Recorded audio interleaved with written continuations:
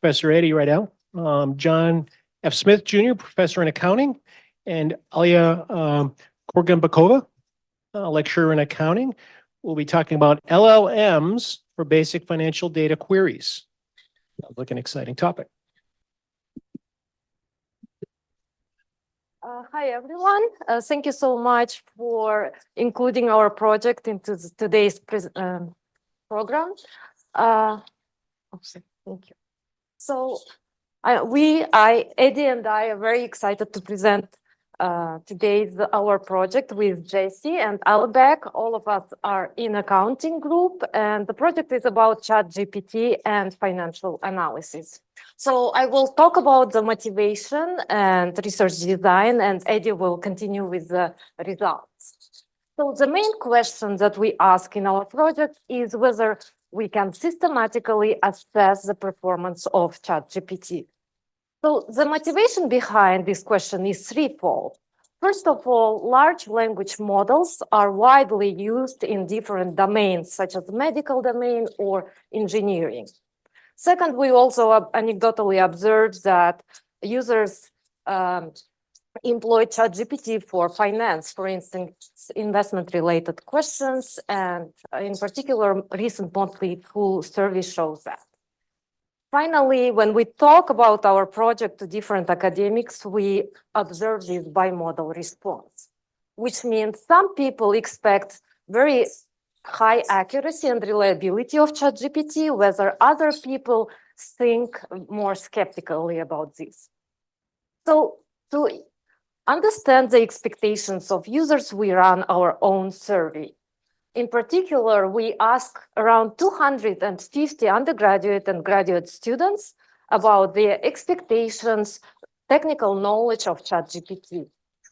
So this survey has several questions, but most importantly, what we find that generally more than 64% of people in our survey expect pretty high accuracy, moderate to very high accuracy of ChatGPT with respect to financial queries.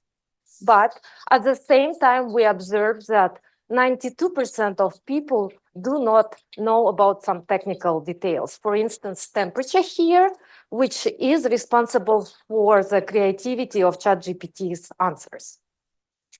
What it means is that while people expect pretty high accuracy, we do not know the empirical accuracy of ChatGPT. So empirically, to test it, we, in our research design, focus on two main data elements, which are very simple and verifiable. So in particular, these are total assets and net income.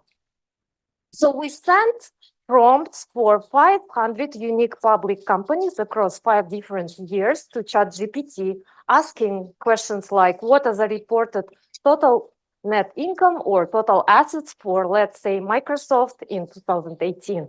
And then we collect all the answers. What we do then is we calculate 2 main measures.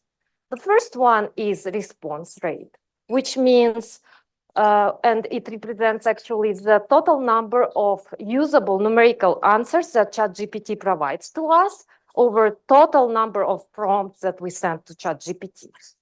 The second measure is called the absolute error, but it actually represents the accuracy of ChatGPT. This is the absolute value of the difference between ChatGPT's answer to our question about total assets or net income for every company and the benchmark scaled by the benchmark. And the benchmark here is CompuStat data, which is auditable. So now I would like to hand it over to JEddie. And thank you. Okay, great. Thank you, Aliya. By the way, just so thank you to Peter and to DBI for the opportunity to present this work. We're certainly delighted to be here. Aliya, by the way, she didn't mention, but I get to mention because I like to brag about such things, is actually a graduating PhD student from our accounting program, and she placed at Harvard Business School. So nice job. Yes. So very, very happy with Aliya. And so what I'm going to do right now is just take a couple of minutes. This is obviously the Cliff Notes version of the paper. The paper has a lot more detail in terms of what's in there.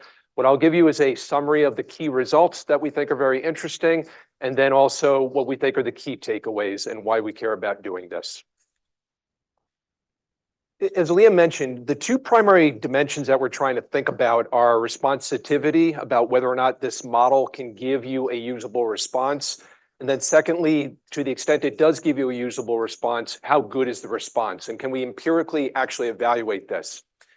What you see here is the response rate. And so the numbers across, you can see we did the three different models. So we did two versions of ChatGPT. We did the 3.5 and the 4.0 version. We also did Google's Bard as well as a third model to assess and do a comparative analysis. And what you can see in the red box, that's the responsivity rate. And what that means is that's the percent of usable responses that these models gave. So Aliya mentioned the query. What are the total assets reported for company X for this year? For ChatGPT 3.5, 95% of those queries came back with a usable response. 5% had something that was not usable. So the response rates seem to be very, very high, and Bard seems to be the most responsive of them, albeit all from pretty high bases. But once you go under the hood of this, you start to see that things are actually not quite as good as one might expect. The error rate at some level is the piece that we were most interested in. And when we started this exercise, we had an expectation, honestly, that ChatGPT and all these models, these are pretty trivial financial analysis questions, right? It's not real complicated. What are the total assets reported for a big major company, publicly traded? Lots of data that should be in the corpus of training data that these models are trained on. We thought that these models would do absolutely really, really well. This would be a trivial exercise. We don't find that. We don't find that at all. And so the two dimensions I'm listing here, one is percent no deviation. And what that basically tells you is that very, very few, under 1% of the responses are actually dead on. And there is, what's nice about the experiment that we're doing, there's a verifiable number that we know is correct. And a lot of the output that you get from these models, there's a question about, well, how accurate is it, right? It reads very well, but how accurate? We can actually trace this back to audited financial statements. So across all three models, the percent having no deviation, very, very low. More interesting is the second red box, the mean error. So the mean error tells you, just focus on the first column for 3.5, that there's a 45% error rate. That means if you said there was an total assets for General Motors were $20 billion, the model returns a number that's 45% off from that. So that's a huge error rate. That's really, really large. And again, to us, very, very, very surprising. So big takeaway here, error rates are high. GPT-4 seems to do the best. Another thing I want to mention that we've gone in the review process, and that just a general observation with these large language models, there seem to be some perceptions about what people think they are, and I'm going to switch that to the word assertions. In the review process, we got a reviewer that said, well, I tried one or two examples on Bard, and I'm pretty convinced Bard will just get this right all the time, will be the best of all the models. And PS, when you look at it, actually Bard is not the best of the three models. So it feels like one of the things we're trying to do with this experiment is to actually put some empirical data on the model's ability to do the performance and try to do an assessment across the three. We did a couple of tests looking at firm characteristics. These are univariate partitions. And in our world, our accounting and finance world, we know that the data environment varies by firms. So a big firm like Microsoft has a very, very rich data environment. Little firm that's still publicly traded, JEddie Riedl software, or whatever you want to fill in the blank, right? It's not going to have as much information. Our conjecture was that to the extent information environment correlates with the type of corpus that these models are trained on, you'll see systematic differences in the quality of the responses, and that's exactly what we find. So to use small and large just as an example, you can focus on the center column if you want, and you can see the mean error for small firms, 62%, the error rate for large firms, 28%. So there's a systematic difference on a firm characteristic. And if you drop it down to profit and loss, you see basically the same pattern. In our world, we know that loss firms tend to have much noisier information environments. They're harder to get clean information because the losses tend to be not as common. So big takeaway here is that there are firm characteristics that correspond systematically with the nature of the response that these models are given. And we do a whole bunch of other things. Again, Cliff Notes version, I'm not going to show you any of this stuff, but we do this with net income. We do it in a multivariate specification, and we look at some other firm characteristics to drive the point home. Last thing I'll talk about, and then we'll start moving to conclusion. One of the things that we got, I think, legitimately in the review process is, well, what's going on? Why are these models seemingly so bad, right? It doesn't really make sense. And we try to look under the hood and try to understand that. And so we did an analysis that we're calling a peers and year effect. And what we're going to try to do is see whether or not there's a systematic way in which the models are getting confused. This is a little bit of a complicated table, but if you look at just the first column, start there. The initials HP for Peer 1, 2, and 3, they stand for Holberg and Phillips, which is a very well-cited finance paper that came up with a way to come up with peer firms. What are firms that are likely to be peers? And what this red box tells you is that the responses that the model is given, they're correlated, highly correlated with peer firm numbers as well. Think I ask for General Motors and I'm getting a response that's actually Ford's response. So the model seems to be getting confused between peers. One observation. The second and arguably maybe more interesting observation, at least for us as accountants, is to think about what's happening with the same firm with leads and lags. Typically, when you look at financial data, if have you ever picked up a balance sheet for a publicly traded firm, it's done in a tabular format. You have multiple year comparisons. And the question is whether or not the model is getting confused. And what we can see in particularly in columns 2 and 3, lag 1 and lead 1, those are the same firm 1 year behind, same firm 1 year ahead. Those answers are corresponding to the answers that the model's given. What it tells you, in short, is that the model's getting confused in two ways. It's getting confused between peer firms. It's also getting confused within the same firm, but instead of giving me 2019, it's returning 2018 or 2020. It's getting confused between the numbers that are being done. And again, these are all results for general models, right? You can retrain the models on upload SEC data. There's all ways to refine the parameters on the models. Our goal of this experiment was just look at the generalized LLMs that are being used. So key findings, and then we wrap up.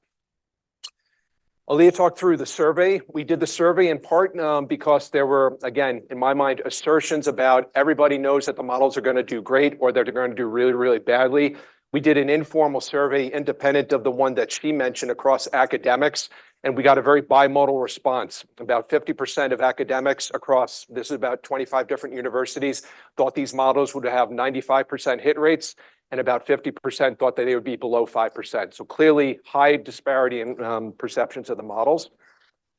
We talked about some basic results. There's a high response rate in terms of usable information, but the error rates are very, very, very large.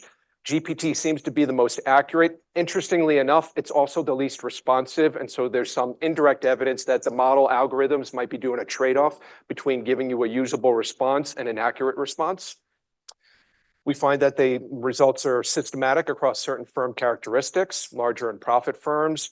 And in our mind, what we're seeing is that part of the reason for the underperformance, at least on this type of query, is resulting from peer and lead and lag firms. And maybe as a final point, and then we turn it over to questions.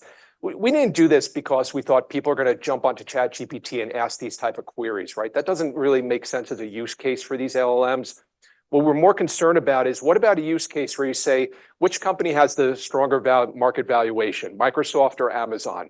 What's the basis for the model returning whatever its response is? And we want to ground that in some information that could be actually verifiable. And that's why we did the experiment. So we're happy to take questions. Thank you so much.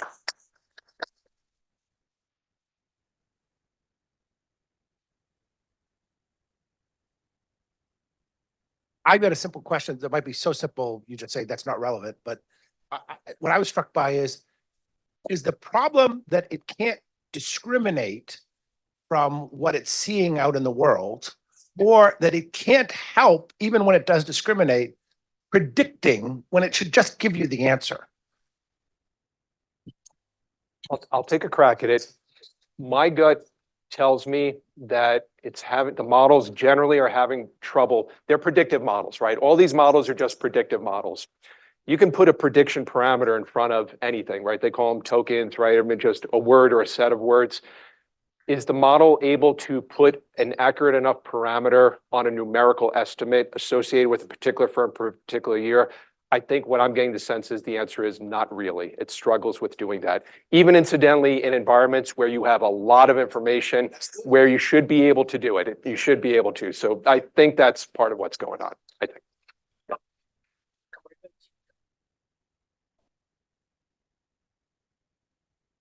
Wow, very intriguing. So in New England, there's a saying, if you don't like the weather, wait a minute, right? That's And I keep it. saying in AI, there's a saying, if you don't like the results, wait a week. So what I mean by that is that these models are constantly evolving.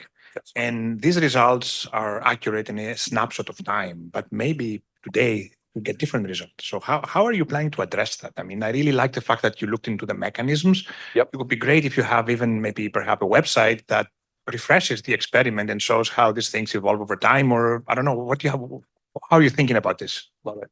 Aliya? Yeah, so I think it's an interesting question because when we started the project, we started with the ChatGPT 3.5, and during the review process, ChatGPT 4 came up. So we rerun the analysis and compared the results. And I think looking over time on the performance of ChatGPT is interesting. And I think it's a great idea. We can create maybe the website and track the differences. And one thing related to that, I think, is in our papers that there might be a trade-off between the accuracy and the responsiveness, which is also an interesting thing, as I think ChatGPT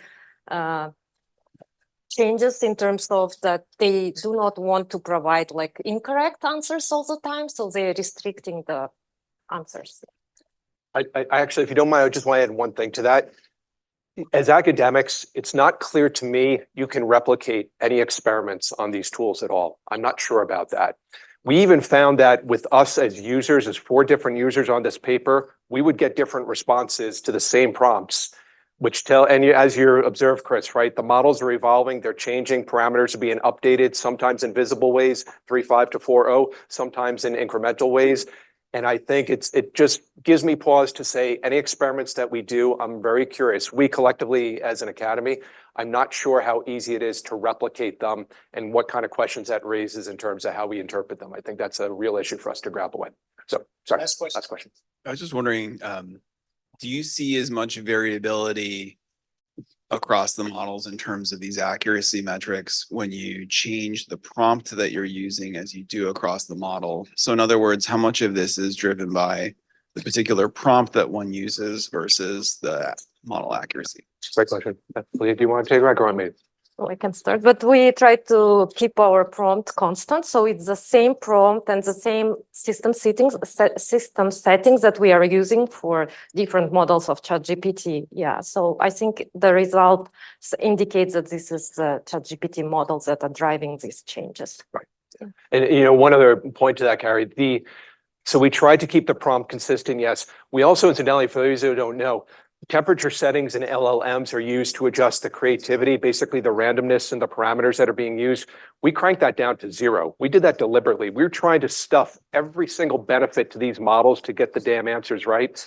And that's the result that we got. So we're a little surprised by that. So it's 1 part prompt, 1 part system settings. I think both of those things are important. So there seems to be an issue that speak doesn't know annual report is the authority. If you in a prompt you chosen, just look at the annual report, would that change? Might they change the result? We could try that. We could try that. We thought the instruction go to here as published in the annual report was pretty specific, but you're right. My gut tells me that you can try to do things that will put guardrails around where it looks. Probably that will improve the performance. That totally makes sense. Yep. Thank you. Thank you, guys.